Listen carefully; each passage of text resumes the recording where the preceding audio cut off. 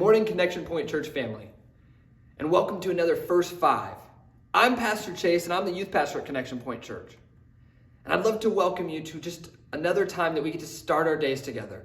And if you're not part of our immediate Connection Point Church, we thank you for tuning in anyway, because we'd love for our community to be larger than just our people that we get to see on a regular basis. Well, a regular basis once we get to actually meet again.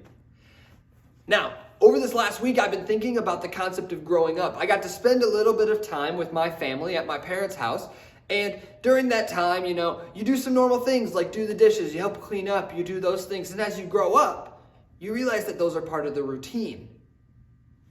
But when you're younger, the first stage of that is you just learn that you do what your parents say. But the next stage, maybe you got to this stage yourself, is when you start to ask this question.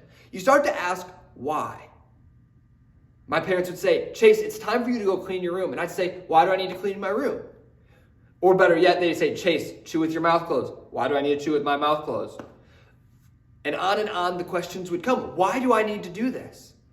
And the worst is when they might say, because I said so. And sometimes we feel like that is the case with God, that we need to do the things that he says just because he says so. But ironically, there's this story in 1 Samuel.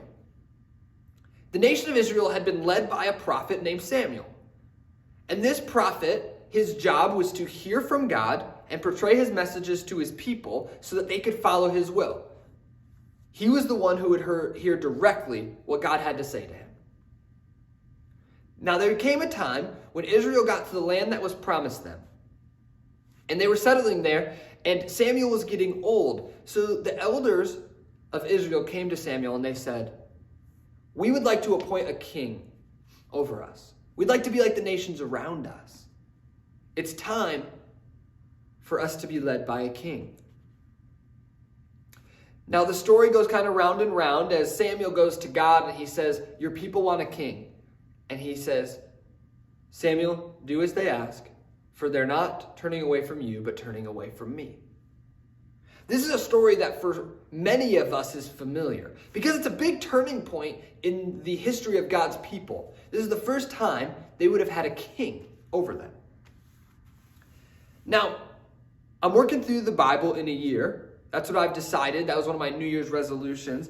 And because of that, I'm currently reading the book of Deuteronomy, which is a book of God's law. It was given to Moses and he wrote it down, and now we still have it to read. It's part of the Old Testament, and it was written much before Samuel would have been prophet. And in Deuteronomy 17, verse 14, it says, when you enter the land the Lord your God is giving you, take possession of it, live in it, and say, I will set a king over me like all the nations around me. You are to appoint over you the king the Lord your God chooses. Appoint a king from your brothers. You are not to set a foreigner over you, or one who is not of your people. Now, I find it interesting that God gave Moses a law that pertained to setting a king over them. And then when the time comes, he tells Samuel and he says, Samuel, they're not turning away from you. They're turning away from me. Why would God say that? If God gave his people a route to get a king, then why does he make it sound like it's wrong for them to want one? It's because of why they're doing it. They want a king because they want to be led by a man, someone tangible, someone there with them in the flesh, which breaks God's heart. But it's about why. God is not offended that they want a king. It's that they want a king to be like everybody else. They want a king so that they can be led by a man. So here's my challenge for you today. Why do you do what you do? Discover it. And I challenge you to make your why because I want to live for God, not because I think I know what's best for me. The nation of Israel thought they knew what was best for them. But God knows what's best for us. So just because you think you're following the law of God I challenge you to investigate why you do what you do. If you do it because it's to follow rules, you may be in it for the wrong reasons.